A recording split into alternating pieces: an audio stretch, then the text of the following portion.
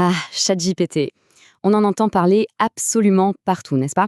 Cet outil qui promet de tout révolutionner, notre travail, notre façon d'apprendre, de créer. Mais, parce qu'il y a toujours un mais, on a tous vécu ce moment. On lui pose une question, tout confiant, et on se retrouve avec une réponse déroutante, beaucoup trop compliquée ou juste complètement à côté de la plaque. C'est frustrant, avouons-le.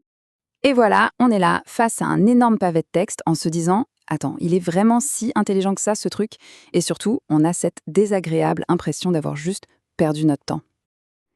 Eh bien, figurez-vous que le problème, ce n'est pas vraiment lui. Le problème, c'est la question. La vraie clé, elle n'est pas dans l'intelligence de la machine, non, elle est dans notre façon de communiquer avec elle.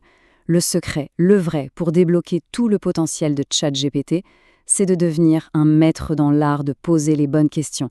Et c'est exactement ce qu'on va décortiquer ensemble. Allez, on commence par la base. Avant même de se demander comment bien l'utiliser, il est super important de clarifier une chose, ce que ChatGPT n'est pas. Ça nous évitera pas mal de malentendus. Alors, qu'est-ce que c'est au fond? Pour faire très simple, c'est un logiciel avec qui on peut discuter par écrit. On lui donne une instruction, c'est ce qu'on appelle le fameux prompt, et hop, il génère une réponse. Pensez-y comme une conversation, mais avec une machine. Et là, attention, c'est le point crucial à retenir. Primo, ChatGPT, ce n'est pas Google. Il ne va pas chercher l'info sur Internet en direct. Secondo, il ne pense pas. Pas du tout. En fait, il prédit le mot suivant le plus probable. Un peu comme l'autocomplétion de votre téléphone, mais en version 1000 fois plus puissante. Et ça veut dire quoi? Ça veut dire qu'il peut se tromper, inventer des trucs ou donner des infos qui ne sont plus à jour. Il faut vraiment le voir comme un assistant super doué avec les mots, mais absolument pas comme une encyclopédie infaillible. Ok, maintenant que les bases sont posées, on peut passer aux choses sérieuses. Comment on transforme une question toute simple en un prompt magique qui donne des résultats vraiment bluffants. C'est là que tout se joue. Regardez la différence, c'est le jour et la nuit. D'un côté, on a une demande hyper vague du style Parle-moi de l'IA ». Forcément, la réponse sera tout aussi vague. Mais de l'autre côté, si on est super spécifique, explique ce qu'est l'IA avec des mots simples pour un élève de 5e, ah là, le résultat n'a plus rien à voir. Le mot magique, c'est vraiment le contexte. Quand on précise pour qui on écrit, la longueur voulue, le style, on guide l'IA, on lui donne une feuille de route. On passe d'une idée un peu floue à un brief ultra précis. Mais le vrai secret, la technique qui change tout, c'est de ne plus voir ça comme une simple question qu'on pose. Non, il faut voir l'interaction avec ChatGPT comme un véritable dialogue, une conversation. Imaginons un enseignant qui doit préparer un cours. Son premier essai, c'est la question de base: qu'est-ce que la cybersécurité? Bon, c'est un début, mais on sait déjà que ça ne va pas être génial. Et bingo, sans surprise, le résultat est décevant. Un long texte, hyper technique, plein de jargon, bref, complètement inutilisable pour ses élèves. Et c'est souvent là que la plupart des gens se disent « laisse tomber, ça marche pas ». Mais notre prof, lui, il a compris le truc. Il n'abandonne pas. Au contraire, il affine sa demande. Il précise pour des élèves de 6e, 5e, en 4-5 phrases, avec des mots simples. Là, il engage vraiment la conversation.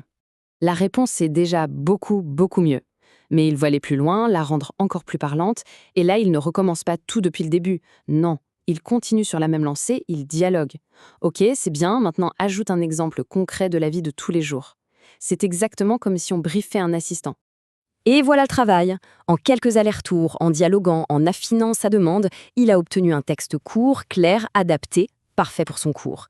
C'est ce processus, cette conversation, qui transforme un outil un peu bateau en un allié surpuissant. Prêt à passer au niveau supérieur? Parce qu'on peut aller encore plus loin et faire de ChatGPT un véritable assistant personnel taillé sur mesure pour nos besoins. Comment? En le personnalisant. On peut lui donner des instructions permanentes dans les réglages, des choses comme « à partir de maintenant, considère que je suis un enseignant et donne-moi toujours des exemples concrets ». Ou encore « je suis étudiant, donc structure toujours tes réponses avec des listes à puces ». Et à chaque fois qu'on lui donne un feedback, on l'entraîne à mieux nous comprendre. Et pour les gros travaux, les tâches complexes, il y a une fonctionnalité un peu cachée mais super puissante, ce qu'on peut appeler les projets. Imaginez que vous créez un dossier spécial pour une mission. L'IA va garder en mémoire tout le contexte, les objectifs, tout ce que vous lui avez dit sur ce sujet. Par exemple, on crée un projet « Formation IA pour les enseignants ». Après ça, plus besoin de lui rappeler le contexte à chaque fois. On peut lui demander « Créer une activité pour débutants », puis maintenant « Adapte-la pour des experts » et enfin « Génère une grille d'évaluation ». Tout reste cohérent parce qu'il sait qu'on est toujours dans le même projet. C'est un gain de temps énorme. Bon, on arrive au bout, c'est le moment de tout rassembler, de mettre toutes les pièces du puzzle ensemble pour avoir la vue d'ensemble.